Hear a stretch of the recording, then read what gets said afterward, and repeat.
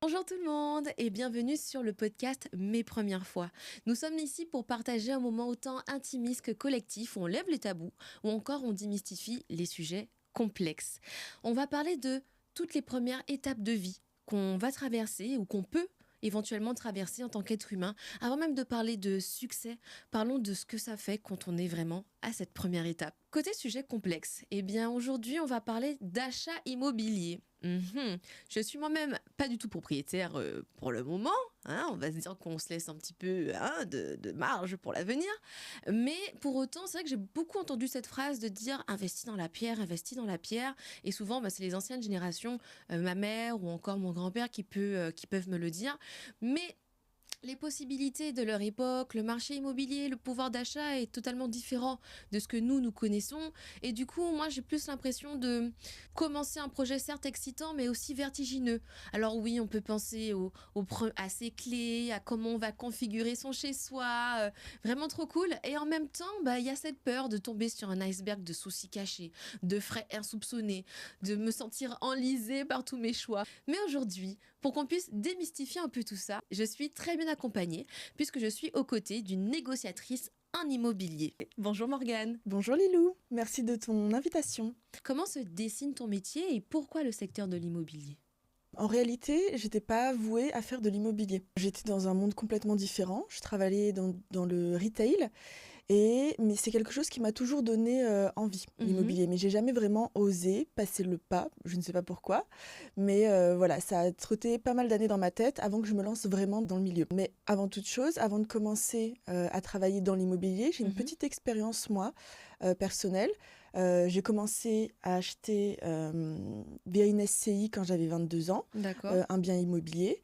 Et quelques années plus tard, avec mon conjoint, on a acheté pour en faire de l'investissement locatif à Paris. D'accord. Et c'est vraiment entre les deux que je me suis lancée dans l'immobilier. J'ai arrêté ce que je faisais. Je me suis relancée dans des études et je suis arrivée dans une agence dans laquelle je suis toujours aujourd'hui. C'est un grand groupe avec lequel je travaille et j'en suis très satisfaite. D'accord. Donc la transaction immobilière, finalement, tu la connais autant dans ta vie personnelle que dans ta vie professionnelle. Tout à fait. Bon, écoutez, je crois qu'on est très bien accompagnés aujourd'hui. Merci beaucoup Morgane. Je te propose un petit jeu, voilà, pour lancer un petit peu le sujet et pour se donner déjà quelques billes de connaissances sur l'achat immobilier. Alors, le jeu, rien de foufou, hein, c'est un tu préfères. Donc, choisir entre deux propositions. Voilà, celle que tu préfères, ça reste ton parti pris, ton avis personnel ou de professionnel, comme tu le sens. Et ce jeu-là, certes, c'est un tu préfères, mais je l'appelle le Tcho-dilemme. Le Tcho-dilemme. Générique.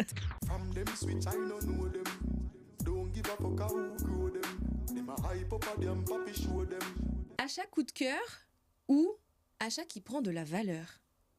Achat qui prend de la valeur, sans hésitation. Pourquoi ? Alors, nous, ce qu'on dit en immobilier, c'est qu'il n'existe pas vraiment d'achat coup de cœur. Sauf d'avoir un budget infini, en tout cas un très très gros budget devant soi. Le coup de cœur, ça se crée. Donc quand on achète un bien, il faut acheter surtout un achat de raison, un achat où on peut en faire quelque chose, et puis créer son propre coup de cœur en faisant des travaux, en faisant de la décoration. Mais le coup de cœur en soi n'existe pas, à moins d'avoir un budget extra large. Très intéressant. Avoir un client qui ne répond jamais au téléphone ou un client qui t'appelle 15 fois par jour? Un client qui m'appelle 15 fois par jour. C'est une vraie réponse C'est une vraie réponse. Même si c'est pénible, c'est une vraie réponse. Il n'y a rien de pire que d'être face à un client avec lequel tu dois avancer, tu dois travailler et il ne te répond jamais. Oui. Donc je préfère, moi en tout cas, pour mon expérience personnelle, travailler avec quelqu'un qui est un peu trop présent, ou au moins je sais où je vais, plutôt qu'avec quelqu'un qui est très distant et on ne sait pas comment avancer avec lui. D'accord. Alors, un salon exposé plein sud ou un salon exposé plein nord? Dilemme. Tout dépend de l'étage du bien. D'accord. Je parle d'étage si on est en ville, bien sûr, parce que moi j'ai l'habitude de travailler que sur des appartements. Je ne fais pas vraiment de maison, donc j'ai pas beaucoup d'expérience là-dedans. Mais si on est sur un étage élevé, je dirais exposition plein nord. Ok. Si on est sur un étage un peu plus bas, selon la luminosité, Bon, je dirais toujours plein nord, en fait, je crois. Parce que, évidemment, si le bien est lumineux, en tout cas, c'est ce qui compte pour moi. Mhm. Plein sud, il fait aujourd'hui plus que jamais, et plus qu'il y a encore 5 ou 10 ans. L'Expo Sud, il fait très très chaud D'accord, dans les ok. appartements. Si on n'a pas un appartement traversant où on peut créer un appel d'air, il fait vraiment très chaud. Donc, en tout cas, pour moi, je pense qu'aujourd'hui, je privilégierais du plein nord. Très bien. Je me note sur mon petit carnet le moment où j'aurai un achat immobilier. N'hésiterai pas. Alors, un bien avec un prix hyper attractif, mais 10 ans de travaux à prévoir, ou un bien clé en main, mais quelque peu au-dessus du budget. Des travaux à prévoir. Ok. Ouais. Alors, c'est quoi ton parti pris là-dessus? Moi, déjà, c'est ce que je préfère moi. Je D'accord. préfère mettre ma patte, mettre ma touche, faire mes plans, dessiner, voir comment je peux décorer, agencer, etc. Et puis, je trouve ça toujours plus intéressant de faire ses propres travaux dans la mesure où, déjà, en termes de finances, on peut gérer son budget. Hmm. On peut choisir tel ou tel matériel qui ne nous coûtera pas plus cher qu'un autre, par exemple. Ou alors, si on a le budget, prendre le top du top, le luxe. Mais puis même, lorsqu'on crée ses propres travaux, c'est selon notre goût et selon aussi notre souhait. Ouais, c'est vrai. Lorsqu'on emménage dans un appartement qui est tout fait, qui est tout propre, c'est génial, c'est magnifique, c'est très beau, mais c'est peut-être pas ceux que l'on aurait choisi Ouais. si on avait déterminé nous-mêmes ou si on avait fait une projection. Donc je préfère, moi, faire mes travaux, même si ça prend du temps, et Mhm. acheter à un prix du marché qui est un peu plus correct, plutôt que de dépasser mon budget et de manger des pâtes toute ma vie. Merci Morgane. Alors, le dernier chaud dilemme, avoir un logement parfait, mais avec des charges copro élevées, ou un logement moyen, mais avec des charges copro, mais presque anecdotiques. Bah, tout ça, ça dépend encore de sa Ouais. situation de vie, de sa situation aussi de couple, de sa situation financière. Tout est relatif, hein. Mais si je dois penser à mon expérience, moi j'ai un bien où je paye des charges de copro très élevées et j'ai un D'accord. bien où je paye des charges de copro très peu élevées. Waouh, alors dis-nous tout. Je pense que, alors, je regrette pas du tout hein, Ok, mes deux ni l'un ni acquisitions, l'autre. voilà, ni l'un ni l'autre. Mais si je devais refaire, je pense que je privilégierais un bien où les charges de copro sont un peu moins élevées. D'accord, Voilà. ok.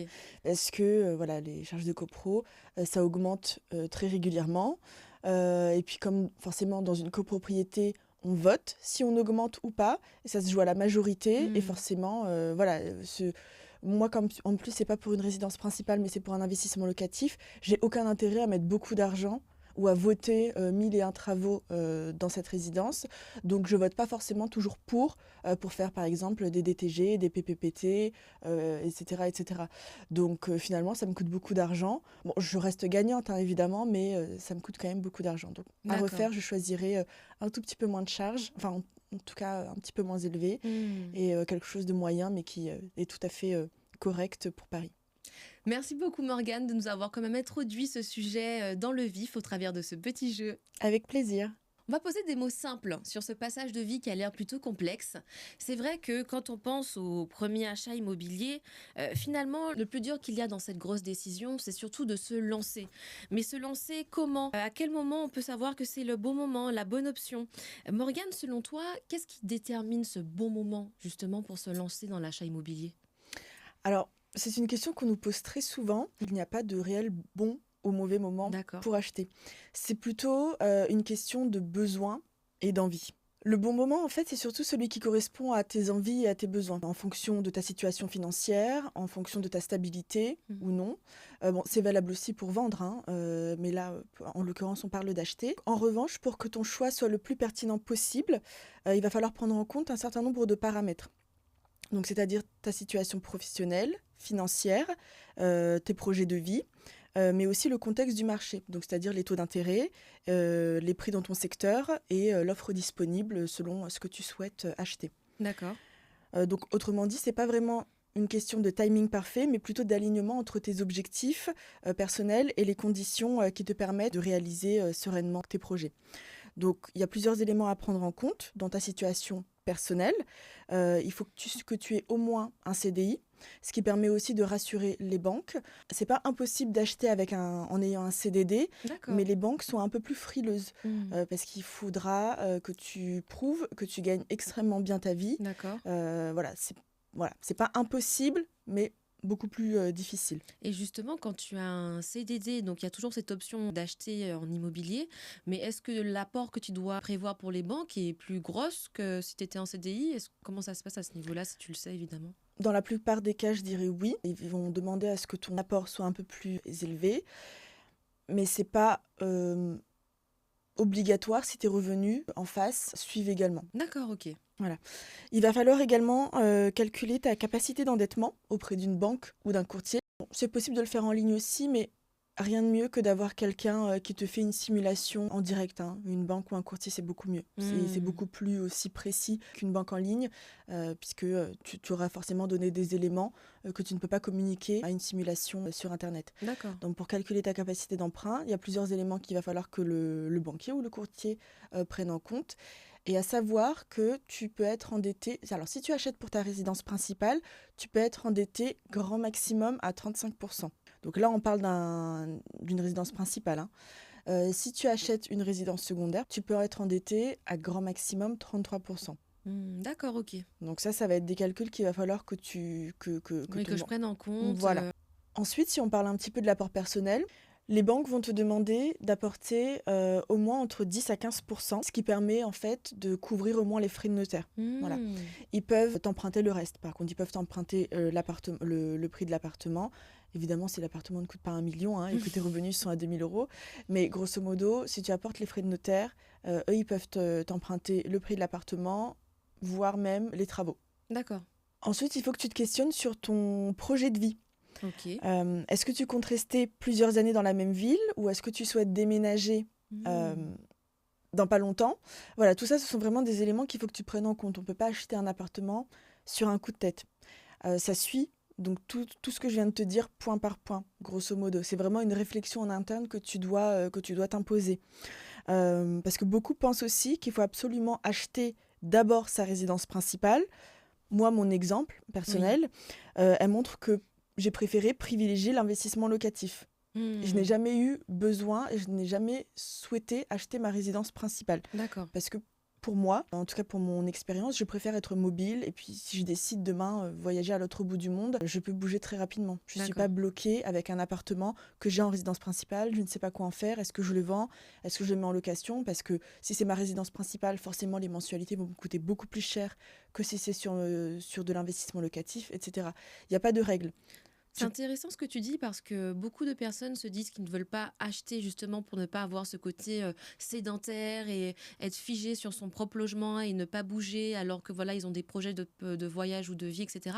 Et ton exemple montre bien que voilà tu es locataire, donc tu gardes aussi cette liberté de mouvement, de mobilité, mais pour autant tu es propriétaire de 2 logements. Tout à fait. Comme je te disais, moi, mon expérience de vouloir privilégier l'investissement locatif, ça fonctionne très bien aussi dans les grandes villes parce qu'on peut bouger très rapidement, on peut trouver des locataires très rapidement, etc. Donc, acheter pour soi, c'est très lourd financièrement. Donc, par rapport à ma vie et à mon expérience, je pourrais acheter sans problème en province. À Paris, si je veux acheter, je ne vais pas vivre aujourd'hui à mon âge dans 17 mètres carrés. Donc, je vais forcément vouloir quelque chose d'un peu plus grand, donc qui fait au moins 40 mètres carrés, donc c'est-à-dire un plus gros budget. Donc, il faut que j'ai ces moyens-là de pouvoir acheter dans une grande ville un appartement qui vaut 450 000 euros. D'accord. C'est énormément d'argent. Oui. Aujourd'hui, moi, je n'ai pas la capacité de mettre tout cet argent dans ma résidence principale. Donc, je préfère investir un tout petit peu l'argent, de mettre un petit peu dans cet appartement, mettre un petit peu dans cet appartement-ci et de me créer finalement un patrimoine. D'accord, donc, c'est mon projet aujourd'hui. Au lieu d'avoir 400 000 euros pour un seul bien immobilier sur lequel je vais m'endetter pendant 25 ans avec une mensualité entre 1 500 et 2 000 euros, je préfère finalement diviser par 2 ou par 3 ce budget et de mettre mon argent dans plusieurs biens immobiliers et donc ce qui va me créer du patrimoine et d'investir dans la pierre au fur et à mesure. Donc C'est ce que je préfère moi. Ça ne veut pas dire que c'est la bonne chose à faire pour tout le monde, mais selon mon expérience à moi, voilà, je préfère procéder ainsi. On sent vraiment une vraie stratégie immobilière justement pour se constituer une trésorerie, un patrimoine pour investir, j'imagine davantage. Oui, tout à fait. Euh, Moi, c'est ce que, comme je t'ai dit, c'est ce que je préférais faire. Oui, Mais pour d'autres, pour toi par exemple, oui, ça peut être de se créer son petit cocon ouais. pour toute sa vie, d'acheter qu'une seule fois, de s'endetter au maximum et de ne plus jamais acheter, mais d'être toute ta vie jusqu'à ta retraite ou jusqu'à la fin de ta vie dans ta maison, dans ton appartement que tu auras chéri, que tu auras construit, que tu auras rénové tout au long de ta vie. Mhm. En fait, chaque situation et chaque expérience personnelle et individuelle est entre guillemets un peu cliché mais unique. Il n'y a pas vraiment de voie à suivre. C'est surtout en fonction de tes besoins et de tes envies. Il n'y a pas de fausse, de mauvaise route. Il n'y a pas de bonne route. Voilà, il ne faut pas se cantonner à ce que les gens ou la masse fait, mais Mhm. surtout en fonction de ton budget, de ce que tu es capable de faire, de tes besoins, de ton niveau de vie. Si tu le fais seul ou à deux, ou en SCI, ou en couple. Voilà, ça, c'est des réflexions qu'il va falloir mener très sérieusement avant une acquisition. Donc, le premier achat immobilier, finalement, on déconstruit le fait qu'il faut quasi obligatoirement être jeune pour se lancer ou avoir une situation plus que stable. Bien sûr, si tu as envie d'acheter à 20 ans, tu peux acheter à 20 ans, enfin, évidemment en fonction de tes moyens. Si tu as Ouais. envie d'acheter à 35 ans, 40 ou 50, tu le fais comme tu le sens. Si ton but, c'est de te créer un patrimoine immobilier et donc d'avoir plusieurs biens, évidemment, je te conseillerais de commencer tôt. Si ton but n'est d'avoir que un seul bien dans ta vie, tu peux l'acheter à n'importe quel moment. Moi, j'ai voulu le faire jeune, j'ai commencé à 22 ans parce que j'ai voulu me créer plus un patrimoine qu'un cocon familial. C'est ce que j'envisage pour mon avenir, de me créer De de la faire valeur. exactement, de me créer de la valeur, mais aussi de me créer une rente à la finalité. Parce que je ne suis pas sûre de mon avenir, je ne sais pas ce que je serai dans 10 ans, où je serai, ce que je ferai, je ne sais pas si je continuerai l'immobilier ou pas. J'espère que oui, mais je n'en sais rien. Je ne sais pas quelle sera ma retraite, si j'en aurai une ou pas. Oui. Donc plus tôt je commence à acheter et mieux c'est, à mon sens. Oui. Donc j'ai acheté une première fois à 22 ans, j'ai acheté une seconde fois à 27 ans. J'espère pouvoir acheter une troisième fois à 31, 32 ans. Si on verra ce que l'avenir euh, me réservera. En tout cas, c'est ce que nous te souhaitons. Je te remercie. Alors, le parcours d'achat. Comment comprendre les étapes à suivre sans se faire avoir? Et puis, qu'est-ce que veut dire se faire avoir finalement? Morgane, quelles sont les étapes incontournables qu'on doit prévoir lorsqu'on s'engage dans un achat immobilier? Alors la première étape avant toute chose, c'est de définir son projet. Hmm. Est-ce que c'est pour y habiter? Est-ce que c'est pour un investissement locatif? Ça, c'est la première question. Ensuite, il faut calculer son budget réel, donc D'accord. c'est-à-dire sa capacité d'emprunt. On parle ici de prêt immobilier, mais pas que. Il faut compter le prêt immobilier, l'apport et les frais annexes. Les frais annexes, ça englobe pas mal de choses. Il ne s'agit pas uniquement, quand on achète un bien, de juste payer l'appartement. Dans les Hmm. frais annexes, il y a notamment les frais notaires, ce qui correspond à peu près entre 7 à 8 Ah oui, voilà, du prix de l'appartement pour de l'ancien et 2 d'accord. à 3 pour du neuf. Il y a aussi les garanties qu'il faut payer et les travaux si tu achètes un bien avec travaux. C'est pour ça que quand on achète un bien immobilier, il ne faut jamais mettre l'entièreté de sa trésorerie, parce qu'il y a toujours des dépenses.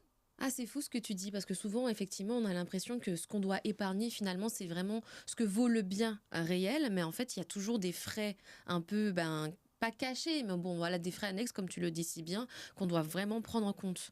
Exactement. Non seulement il y a des frais annexes, mais en plus il peut y avoir des convenus. Tu achètes un bien, il y a un dégât des eaux, Oui, il y a le feu, ou que sais-je. Il faut toujours garder de la trésorerie déjà pour toi, pour personnellement, pouvoir pallier aux petits problèmes de la vie, mais aussi pour ton bien immobilier s'il se passe quelque chose que tu ne peux pas maîtriser immédiatement. d'accord. Donc, environ 8% à prévoir pour le notaire. Et de ton parti pris ou ton regard et expérience, combien tu mettrais en termes de pourcentage justement sur ces déconvenus? Alors, tu parles au-delà des frais de notaire, des frais de garantie, Exactement, etc. exactement. Tu comptes les travaux ou pas dedans? Alors, je compte les travaux, mais pas les sur-travaux si justement le premier phasage s'est mal passé. Ouais. Euh, je pense que Pour un bien, par exemple, à 200 000 euros, D'accord, je pense que c'est pas mal de garder une épargne de 8 à 10 000 euros d'accord, pour les au cas où. d'accord, ok. Ensuite, il faut que tu saches aussi quels sont tes besoins pour ton acquisition. Donc, il va falloir que tu réfléchisses à la localisation, Mhm. l'endroit où tu souhaites acheter, la surface, s'il y a des transports ou pas à proximité, s'il y a des écoles, si tu envisages toi d'y vivre et d'avoir des enfants, ou si tu envisages un investissement locatif pour une famille, et aussi, malgré tout, une revente potentielle, même si ce n'est pas demain, pour les années à venir. Qui joue justement sur la valeur et sur la prise de valeur du bien. Exactement. La dernière chose pour pouvoir définir son projet, c'est de faire des visites. Il faut comparer quelques biens. Alors, il est inutile de visiter 10 biens, et je déconseille même de visiter le plus de biens Ah oui, c'est possible. vrai? Pourquoi? Voilà. Parce que quand tu t'engages dans des visites, grosso modo, tu t'es listé ce que tu souhaites. Tu as tes critères de recherche. Plus tu vas visiter de biens, plus tu vas te dire, ah bah tiens, il y a ça dans cet appartement-là que je n'ai pas mis dans mes critères de recherche. Donc par exemple, je vais te Hmm. dire une bêtise, tu n'avais pas forcément mis l'exposition ouest ou est, enfin peu importe, et tu vas le rajouter. Tu vas visiter un autre bien et tu vas te dire, ah bah finalement, le cinquième étage, c'est mieux que le sixième ou c'est mieux que le quatrième. Donc tu vas rajouter dans tes critères de recherche, je veux absolument un cinquième étage. Ensuite, tu vas, voilà. Et au fur et à mesure que tu vas visiter des appartements, tu vas te rajouter des critères de recherche qui n'étaient pas forcément utiles ou qui ne sont pas primordiales pour toi. D'accord. Donc en fait, ton esprit, au fur et à mesure du temps, se brouille de plus en plus. Et donc tu te noies dans des visites et tu ne sais plus prendre de décision. Tu ne sais pas si tu dois t'engager ou pas parce que tu as vu des choses bien dans cet appartement-là, mais tu as vu des choses bien dans un autre appartement aussi, mais qui ne regroupent pas les deux la même chose. Donc en fait, moi ce que je conseille de faire, si tu es sûr que tu veux acheter, tu sélectionnes bien en amont les biens que tu auras repérés sur Internet par exemple ou en Oui. agence. Si c'est en agence ou même si c'est chez un particulier, tu appelles avant, tu poses toutes tes questions, tu t'assures que ça corresponde au moins à 70-80% de ce que tu recherches. Et une fois que c'est validé, tu pars en visite. Donc visite entre 2, 3, 4 biens. Au-delà, ça ne sert pas à grand-chose. Si tu as D'accord. bien en amont vérifié tous tes critères de recherche, en principe, dans tes 3-4 visites, tu auras trouvé ton appartement. Merci beaucoup de la valeur que tu nous partages. Mais justement, là, on a pu avoir les clés pour un peu s'aiguiller dans le parcours d'achat. Mais côté piège, côté chose à éviter, à quoi faut-il vraiment faire attention? Si tu peux un peu nous éclairer. Il y a, je dirais, 3-4 éléments très importants, en tout cas. D'accord. Donc la première chose, ce sera les diagnostics, le rapport de diagnostic qu'il faut absolument demander. C'est un document qui est obligatoire pour vendre. Que le vendeur passe par une agence ou par lui-même en particulier, c'est obligatoire. Donc le rapport de diagnostic, ça inclut quoi? Ça inclut les diagnostics thermiques, plomb, amiante, électricité, DPE, etc. Il faut les lire attentivement. Si tu ne sais pas les lire, n'hésite pas à t'entourer de personnes qui sont habilitées à le faire. Donc si tu connais une agence immobilière qui est sympa pour te les lire avec toi, fonce. Sinon, renseigne-toi sur Internet et des amis qui travaillent dans l'immobilier, tout simplement. Ensuite, il faut regarder les charges de copropriété. On en a un petit peu parlé tout à l'heure, Mhm. mais c'est très important. Quand tu fais ton calcul d'acquisition, évidemment, au-delà du prix du bien que tu achètes, est-ce que tu es sûr d'avoir la capacité de payer des charges de copropriété de tel ou tel montant? Oui. Ok. Donc ça, c'est un document, tu demandes quand tu achètes un bien, les charges de copropriété, au moins le dernier ou les 2 derniers trimestres. Il faut aussi demander les 3 derniers procès-verbaux d'assemblée générale, donc ce qu'on appelle plus couramment les PV d'AG. Tous les ans, une copropriété, un syndic, met en place une assemblée générale où on vote ou non des travaux, Mhm. où on revoit les finances de la copropriété et puis les fournisseurs également avec lesquels la copropriété travaille. D'accord. Par exemple le gaz, etc.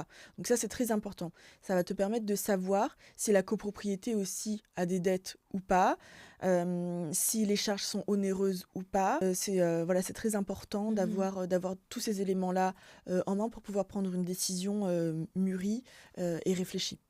Le dernier point, à mon sens, c'est aussi l'état général du bien, mais aussi de la copropriété. D'accord. Donc, c'est-à-dire la toiture, Mhm. la façade, l'isolation, le système de chauffage.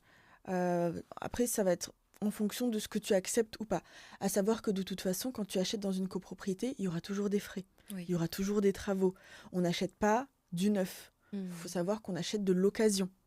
Donc, on ne peut pas dire non à tout.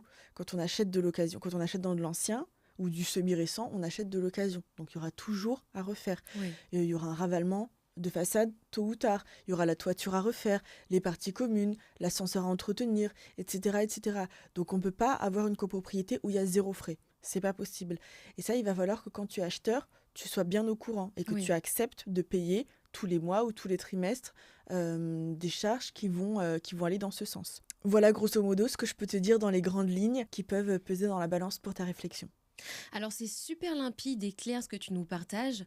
On se rend compte aussi qu'il y a pas mal de cases à cocher, qu'il y a un cahier des charges à connaître et à suivre, d'où le fait que parfois, limite, c'est royal de se faire accompagner, quoi. Mais justement, toi, dans ton expérience de négociatrice en immobilier, est-ce que tu relaterais une tendance de tes clients sur le plus gros piège sur lequel ils ont l'habitude de tomber? Par exemple, le taux d'intérêt, le notaire, quel est vraiment l'élément un peu piégeux qui reste un peu incontournable quand tu fais un petit peu la synthèse de ce que tu as vécu avec tes clients? Alors concernant le notaire et les taux d'intérêt, il n'y a pas vraiment de piège, hein. D'accord. Le taux d'intérêt, c'est public. Ouais. Tu peux aller voir sur Internet, c'est grosso modo la même chose partout. Est-ce qu'il faut suivre du coup le marché immobilier pour savoir à quel moment c'est mieux ou pas mieux d'emprunter? Comment ça se passe? Ben, pareil encore pour les taux d'intérêt, enfin pour acheter, il n'y a pas vraiment de bon moment. Parce que quand tu achètes avec des taux d'intérêt qui sont élevés, ta capacité d'emprunt est plus basse, mais le prix de l'immobilier a diminué aussi. Donc l'un dans l'autre, ça revient au même. Et D'accord. si tu achètes à un prix d'intérêt qui est plus bas, ta capacité d'emprunt est plus élevée, mais tu achètes un prix d'immobilier qui est très cher. Hmm. Donc, il n'y a pas vraiment de bonne solution. C'est D'accord. comme je te l'ai dit un peu plus tôt, c'est surtout en fonction de tes besoins et de tes envies. Est-ce que tu es prête ou pas à le faire? Hmm. Par expérience, euh, étant donné en plus que moi je ne souhaite pas, par exemple, acheter ma résidence principale, je préfère acheter à un taux d'intérêt qui est élevé, parce que le prix de l'immobilier est plus bas. Certes, ma capacité d'emprunt, elle baisse, je peux beaucoup moins emprunter que si les taux d'intérêt étaient plus bas, mais je préfère ainsi. Pourquoi? Parce que les taux d'intérêt se négocient avec le temps. Oui. Alors que le prix de l'immobilier, enfin le prix du bien Oui. que tu auras acheté ne se négocie pas. Si tu as acheté ton bien 100 000 euros, tu l'as acheté ton bien 100 000 euros. Dans 5 ans, dans 10 ans, dans 15 ans, tu ne peux pas le négocier. Alors que si tu achètes ton bien à 100 000 euros, mais que ton taux d'intérêt, il est par exemple à 3,5, dans 10 ans, si les taux d'intérêt sont plus bas, tu vas pouvoir renégocier ton taux. Donc D'accord. tu vas pouvoir payer un peu moins cher à la finalité. Moi, je préfère dans ce sens, mais ce n'est pas universel pour tout le monde. Hmm. Chacun voit midi à sa porte à ce niveau-là. D'accord. Et du coup, quelle est la plus grande peur finalement des primo-accédants ou même des clients qui veulent acheter que tu as pu recenser? De se lancer, tout Vraiment? simplement. C'est la peur de se lancer, c'est la peur d'avoir des dettes, Ouais. c'est de la peur de ne pas savoir quoi faire, comment faire, avec qui faire. Et c'est aussi là qu'on intervient, nous. L'agence immobilière, on n'est pas là pour rien. C'est aussi pour ça que chacun a son métier, même si c'est possible d'acheter tout seul, évidemment, hein, sans aide. Mais forcément, on est un peu moins au fait et on est un peu moins aiguillé sur ce qu'il faut faire, sur les éléments où il faut être un peu plus précautionneux, etc. Nous, on est là pour accompagner le client du début à la fin.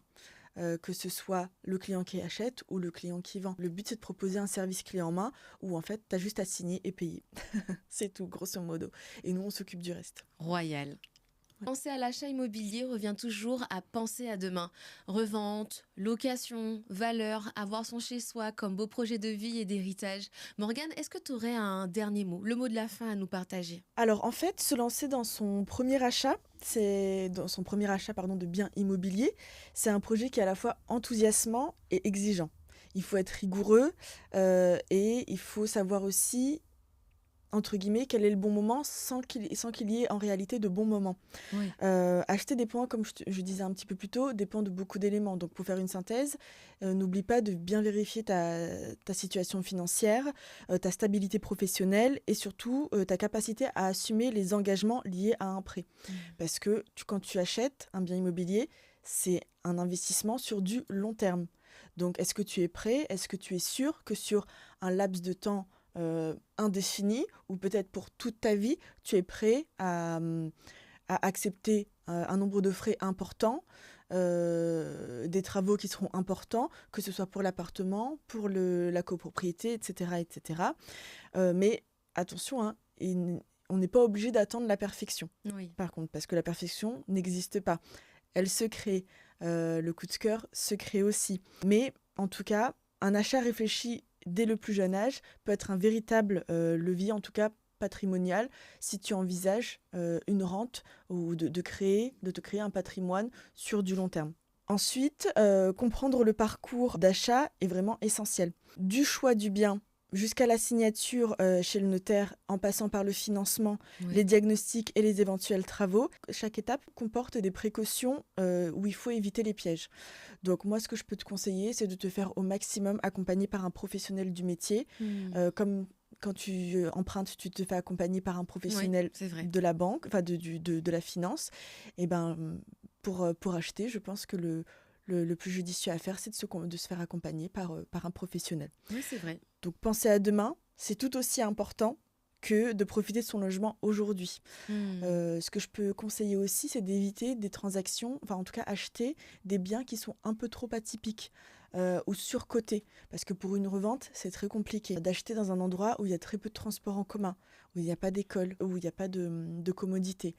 Voilà, le but, je pense, c'est de trouver le juste milieu entre quelque chose qui te plaît, mais aussi quelque chose d'assez terre-à-terre, qui se revend facilement. Donc qu'il s'agisse de revente, de location ou de valorisation du bien, il faut évaluer le potentiel du marché avec tes objectifs personnels. Donc coup de cœur ou investissement, la résidence principale ou la location, chaque décision aura un impact sur un long terme. Donc, en résumé, acheter pour la première fois demande à la fois préparation, prudence et vision pour que ton projet devienne un véritable tremplin pour l'avenir. Merci beaucoup Morgane d'avoir été avec nous. Merci de la valeur que tu nous as partagée. Très intéressant. J'ai vraiment essayé de ne pas sortir mon bloc-notes, mais je vais re-regarder la vidéo sur des parties bien précises pour m'aiguiller. J'espère que vous avez apprécié le moment que vous avez passé avec nous. Et puis on se dit à très vite sur le podcast Mes Premières Fois. Merci Morgane. Merci Lilou, merci pour ton invitation et ça m'a fait plaisir de partager un petit peu de mon expérience avec toi. Merci beaucoup.